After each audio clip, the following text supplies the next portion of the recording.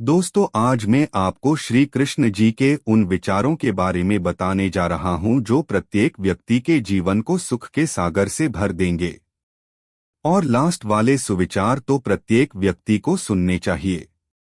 अगर आप हमारे चैनल पर नए हैं तो हमारे चैनल को सब्सक्राइब कर ले ताकि आने वाली और नई वीडियो आपको मिल सकें। श्री कृष्ण कहते हैं कि जीवन में कभी मौका मिले तो किसी के लिए सारथी बनना स्वार्थी नहीं। कर्म न करने से अच्छा है कर्म करना, और कर्म करते हुए फल की आसक्ति से मुक्त होकर कर्मयोग का पालन करना अति उत्कृष्ट है। लाभ-हानि, जय पराजय, असफलता या सफलता, इनके चिंतन से ऊपर उठकर अपना कर्तव्य करो। जो वास्तविक नहीं उसकी सत्ता नहीं, और जो वास्तविक है उसका अभाव नहीं। आत्मा सत्य है। सभी धर्मों का त्याग कर मेरी शरण में आओ, मैं तुम्हारा उद्धार करूंगा। इस कलयुग में केवल वही बुद्धिमान है जो भगवान की उनके पार्षदों सहित सकीर्तन भक्ति करते हैं। दृश्य कपटी मनुष्य मेरी शरण ग्रहण नहीं करते। 4 प्रकार के पुण्यात्मा मेरी शरण ग्रहण करते हैं: आर्त, जिज्ञासु, अर्थार्थी तथा ज्ञानी। इस संसार में तेरे लिए कुछ असंभव नहीं है। ऐसा कुछ भी नहीं है जो तू प्राप्त नहीं कर सकता, फिर भी निस्वार्थ कर्म कर। जिस प्रकार मोती धागे के गूथे होते हैं उसी तरह सब कुछ मुझ पर ही आश्रित हैं। कई हजारों मनुष्यों में कोई ही योगी होता है, और इनमें से भी कोई विरला ही मुझे वास्तव में जान पाता है। कर्म के फल से आसक्ति के बिना निस्वार्थ कर्म करने से मनुष्य आत्म को शुद्ध रखता है। जब जब धर्म को हानि होती है और अधर्म का वर्चस्व बढ़ने लगता है, मैं संसार के अवतरित होता हूँ। साधुओं का उद्धार और दृष्टों का सहार करने के लिए मैं अवतार लेता हूँ। मेरे जन्म और कर्म दिव्य हैं। जो मुझे सभी जीवों का स्वामी जानता है मेरी भक्ति के लग जाता है। इस हीन दुर्बलता को त्याग करो और अपना कर्म करो। देवताओं की पूजा करने वाले स्वर्ग और उच्च लोकों को प्राप्त होते हैं, परंतु मेरी भक्ति करने वाले मेरे परमधाम को प्राप्त होते हैं। जन्म जन्मांतर के बाद जैसे ज्ञान प्राप्त होता है, ऐसा महात्मा मुझे समस्त कारणों का कारण जानकर मेरी शरण में आता है। वह महात्मा दुर्लभ हैं। उठो और फल की आसक्ति त्याग कर कर्म करो। तुम मेरे भक्त हो और मेरे भक्त का कभी विनाश नहीं होता।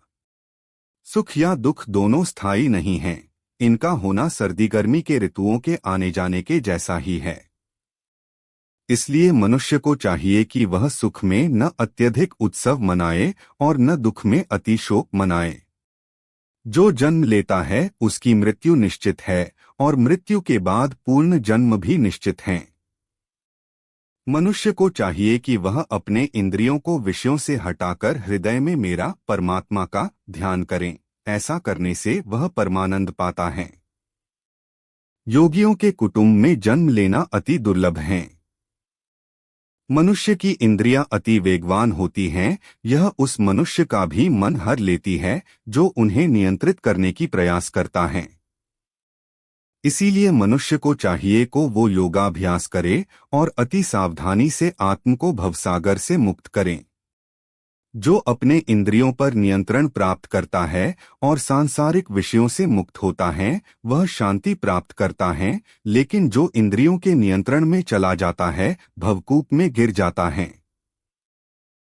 काम से क्रोध उत्पन्न होता है और क्रोध से बुद्धि का नाश होता है। बुद्धि का नाश होने से वहां शांति कैसे हो सकती है? जो मनुष्य वेदों की अलंकारिक भाषा से मोहित हो जाते हैं वे अर्धदेवताओं की पूजा करते हैं, जिनसे उन्हें फल शीघ्र ही प्राप्त हो जाता है, परंतु वे इस भवकूप में पुनः गिर जाते हैं। जो योगी सांसारिक विषयों से स्वयं को मुक्त कर मेरी अनन्य भक्ति में लग जाता है वह मेरे परमधाम को प्राप्त हो जाता है। जिस तरह आत्मा जीवन काल में बाल्यावस्था से तरुण और वृद्ध शरीर में अग्रसर होता रहता है, वैसे ही मृत्यु के बाद यह दूसरा शरीर धारण करता है। विद्वान इस परिवर्तन का शोक नहीं करते। इंद्रियों से मन श्रेष्ठ है और मन से बुद्धि श्रेष्ठ ही और आत्मा से भी श्रेष्ठ हैं। प्रकृति से सारे कार्यकलाप 3 गुणों के द्वारा अधीन पूर्ण होते हैं, लेकिन मैं भगवान कृष्ण इन गुणों के अधीन नहीं, वे मेरे अधीन हैं। मैं समस्त भौतिक और आध्यात्मिक जगत को कारण हूँ, संपूर्ण मुझसे उद्भूत हैं। जी बुद्धिमान यह जानते हैं, वे हृदय से मेरी प्रेम भक्ति करते हैं और मैं शीघ्र ही उनका उद्धार करता हूँ। जो सृष्टि में परमात्मा रूप में है, वही हमारे शरीर में आत्मा रूप में विराजमान होता है।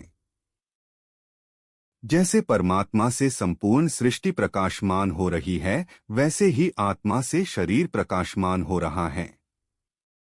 मेरी भक्ति में लगा हुआ मुझे परमात्मा को हर और देखता है, उसके लिए मैं कभी अदृश्य नहीं हूँ और वो मेरे लिए भी अदृश्य नहीं है। जब मैं अवतार लेता हूँ तो मूर्ख मेरा उपहास करते हैं। अज्ञानता प्रबल होने के कारण वे मुझ परमेश्वर के दिव्य स्वभाव को नहीं जान पाते। जो मेरी शरण ग्रहण करते हैं, भले ही वो निम्न जन्मा स्त्री, वैश्य, शूद्र क्यों न हो, मेरे परमधाम को प्राप्त हो जाते हैं। कृष्ण केवल आपको स्वीकार नहीं करेंगे, बल्कि आपको वो बनाएंगे जो आपको होना चाहिए। प्रेम वह कुंजी है जो अनंत आनंद और मुक्ति के द्वार खोलती है। जहाँ कामना होती है, वह प्रेम नहीं होता। यदि कोई भक्ति के साथ मुझे पत्र, पुष्प, फल, जल प्रदान करता हूँ, मैं उसे स्वीकार करता हूँ। जो लोग अनन्य भाव से मेरे दिव्य रूप का ध्यान करते हुए मेरी पूजा करते हैं, उनकी सारी आवश्यकताएं मैं पूर्ण करता हूँ और जो भी उनके पास है, उसकी रक्षा करता हूँ। जो मेरे भक्त हैं, वही मुझे प्रिय हैं। भक्ति का अर्थ केवल पूजा अर्चना नहीं, बल्कि मन, वचन और कर्म से भगवान के प्रति समर्पण है। तुम एक योगी बनो, क्योंकि योगी सभी मनुष्यों में श्रेष्ठ होता है। प्रेम वह सब है जो हमें परमात्मा से जोड़ता है। जब तक श्री कृष्ण का प्रेम हृदय में है, तब तक जीवन में कोई भी कठिनाई बड़ी नहीं लगती। जो प्रेमी भक्त मेरे पर अपना अधिकार मान लेते हैं, मैं स्वयं पर उनका अधिकार मान लेता हूँ। जो भक्त मुझ पर प्रेम करते हैं, मैं कई अधिक उन पर प्रेम करता हूँ। जो मुझे सच्चे मन से प्रेम करता है, वह मुझे पाता है। भक्ति का अर्थ सच्चे प्रेम और समर्पण से है। राधा के बिना कृष्ण अधूरे, उनके प्रेम के बिना जीवन सूने। सच्चा प्रेम वही जो राधा कृष्ण सा हो, जहाँ प्रेम में कोई स्वार्थ न हो। जो कर्म को अकर्म और अकर्म को कर्म मानता है, वही ज्ञानी है।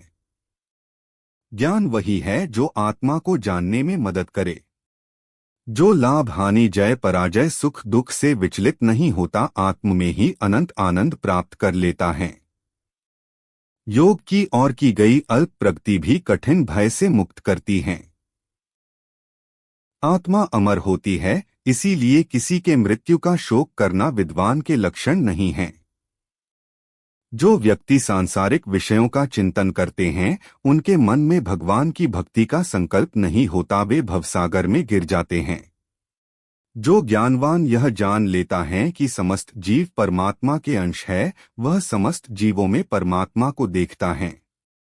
हमें केवल कर्म करने का अधिकार है, फल प्राप्त हो न हो यह ईश्वर तय करता है। भक्ति का मार्ग जीवन को शुद्ध करता है। सांसारिक विषयों के इच्छाओं की कमी आत्मिक शांति की कुंजी है। अहंकार व्यक्ति का सबसे बड़ा शत्रु है। जिसने मन को जीत लिए, उसने शांति प्राप्त कर ली। मनुष्य अपना भाग्य स्वयं बनाता है, जैसा सोचता है वैसा करता है और वैसा ही हो जाता है। जो अपने मन पर नियंत्रण नहीं रखता, वह स्वयं का धीरे धीरे शत्रु बनता जाता है। परंतु जो योग अभ्यास से मन पर नियंत्रण रखता है, उसका मन उसके लिए एक मित्र होता है।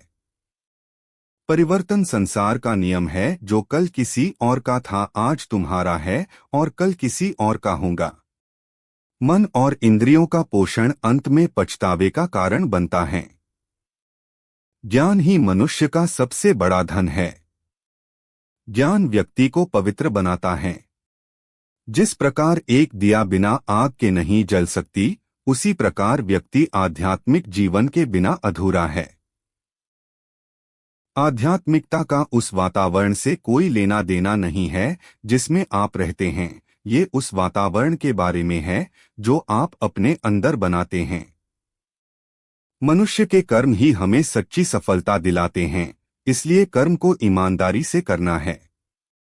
रजोगुण से उत्पन्न होने वाला काम बाद में क्रोध का रूप ले लेता है, जो संसार का सर्वभक्षी शत्रु है। जो स्वयं को बदल सकता है वही संसार को बदल सकता है। मित्र वह है जो कठिन समय में साथ दे, न कि सुख के समय में। जो कुछ भी तुम्हारे पास है वह तुम्हारे कर्मों का फल है, इसलिए सदैव अच्छे कर्म करो। कर्म किए जा, फल की चिंता मत कर, क्योंकि यही जीवन का सत्य है। क्रोध से भ्रम उत्पन्न होता है और भ्रम से बुद्धि का नाश होता है। सच्चा भक्त वही है जो अपने मन को ईश्वर के चरणों में समर्पित कर देता है। सुख और दुख जीवन के दो पहलू हैं, इन्हें समान भाव से स्वीकार करो। जो अपने कर्म का फल नहीं चाहता वही सच्चा योगी है। अपने लक्ष्य को ऊंचा रखो और अपने कर्मों से उसे प्राप्त करने का प्रयास करो। मनुष्य का सबसे बड़ा शत्रु उसका स्वयं का अहंकार है। जो समय का सम्मान करता है वही जीवन में सफल होता है।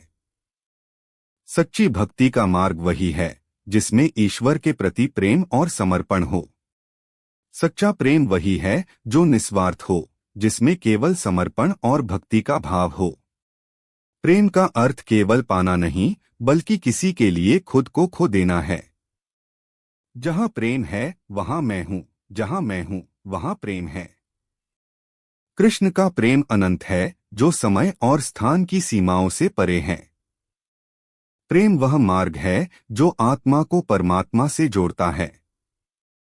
राधा का प्रेम कृष्ण के प्रति समर्पण का प्रतीक है, जिसमें कोई शर्त नहीं होती।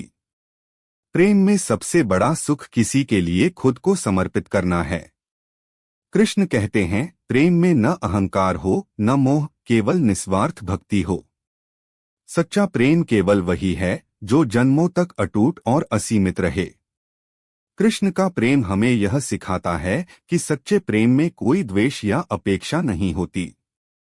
जब मन शांति में हो तभी ईश्वर की सच्ची अनुभूति होती है।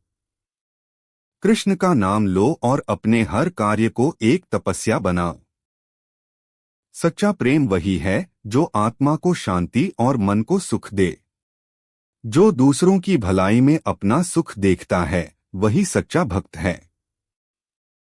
भक्तों, आशा करता हूं कि यह वीडियो आपको अच्छी लगी होगी। अगर वीडियो अच्छी लगी हो तो एक लाइक जरूर करें और कमेंट में यह जरूर बताएं कि ये वीडियो आप कहां से देख रहे हैं।